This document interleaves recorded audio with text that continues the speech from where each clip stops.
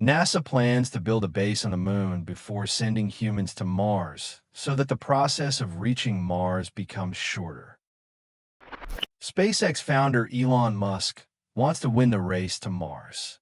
Apart from this, European and Russian space agencies also talk about sending humans to Mars.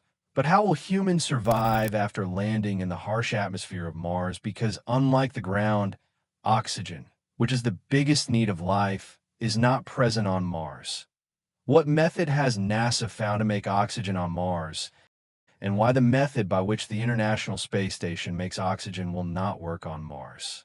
Once again, the happy spectators can see that there are many reasons behind the desire of humans to live on Mars, in which there's a factor of scientific exploration and space curiosity, but there is also a compulsion or fear in the midst of these desires. That is, due to some calamity on Earth, the human race may get extinct, as it happened 650 million years ago from our world.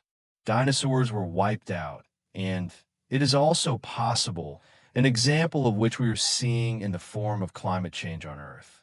This is probably the biggest reason that in the coming times, someone will become the Neil Armstrong of Mars. On one hand, Musk had earlier intended to colonize Mars in 2026, but now he has predicted 2029. This slightly puts back the expected date to put the first human on Mars. 2029. So let's say we have built a production system for space making. On the other hand, Tesla has also intended to land humans on Mars by 230. But the question is not who will go to Mars first. The question is how will humans be able to survive after going to Mars? Of course. Many properties of Mars are similar to Earth, as the length of a day on Mars, which is also called Martian day or Sol, is only 39 minutes longer than the day on Earth. There are different climates on Earth as well. Apart from this, there are ice caps on the poles of Earth as well as on the poles of Mars. There is atmosphere on Earth as well. Mars has an atmosphere, although it is thin, but it is definitely present. But one thing that is completely insufficient for humans to live on Mars is oxygen. So how will this oxygen gas be produced on Mars? And that too not for one or two people, but to keep a whole colony of Mars inhabited. That if we talk about keeping humans alive in extreme situations, then the first thing that comes to mind is the ISS, i.e. International Space Station. It has been 25 years in the harsh conditions of space. Until now, it has been continuously producing and providing oxygen and fresh water to humans. 4 to 5 astronauts are present in the International Space Station all the time, whose daily water requirement is at least 45 liters, i.e. 1,350 liters per month, and 16,200 liters per year. Apart from this, 1,000 kilograms of oxygen gas is used annually on the ISS. This much water and oxygen is available in 400 liters more than on Earth. How is it made in space 10 kilometers away? For this purpose, 2 systems are installed in ISS. One is Water Reclamation System WRS, and the other is Oxygen Generation System IOGS. To understand why we cannot install both these systems on Mars, we must first know how these systems work. Water Reclamation System collects water from human waste, i.e. urine, sweat, and humidity, and then cleans it and makes it drinkable again. Astronaut Douglas V. Locke had once said that our coffee of the next day is used to make the coffee of the next day. WRS system purifies the water already present in ISS and makes it usable again, and in this way 98% of water is saved from getting wasted. Next to this is Oxygen Generation System. This system takes a little water from WRS and then passes it through a special process to make oxygen for breathing. This simple process, which we had studied in Class 5, is called electrolysis. Electrical current is passed through water, due to which water turns into oxygen gas and hydrogen gas. Oxygen gas is then used for breathing. But hydrogen is a very dangerous and flammable gas which can burn the entire ISS in seconds and turn it into a fireball. This hydrogen gas is not wasted. Rather, it is put into another system, which is called the station system. This system collects the waste carbon dioxide of the astronauts present in the ISS and mixes it with hydrogen gas and extracts water, methane gas, and a little amount of hot water from it. The water is reused and put into the hot water management system. But the methane gas, which is very important on Earth, is released out of the ISS into space.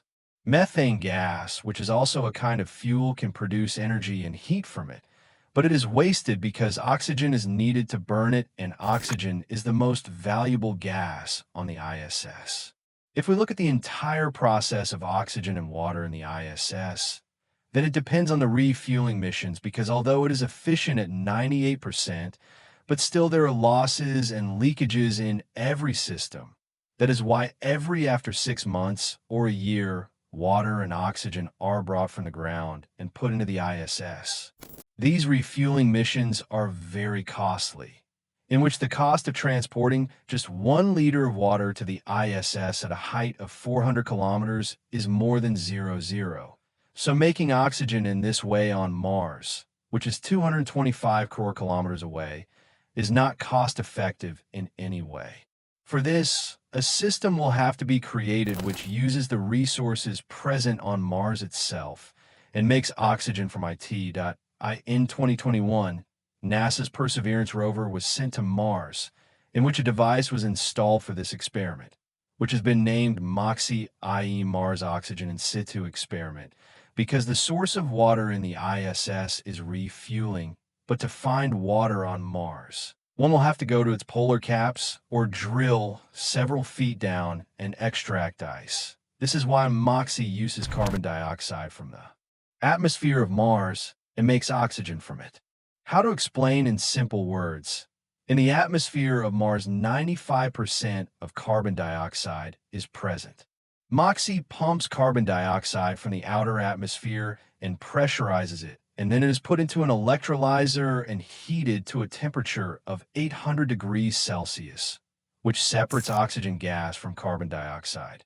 This electrolyzer is made of gold because gold is an excellent heat conductor, which protects other parts of the purge furnace from heat. In this process, carbon monoxide is also produced along with oxygen gas from carbon dioxide.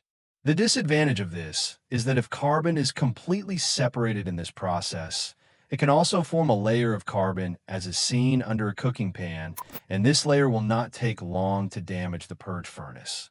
This is why this process is performed with great caution.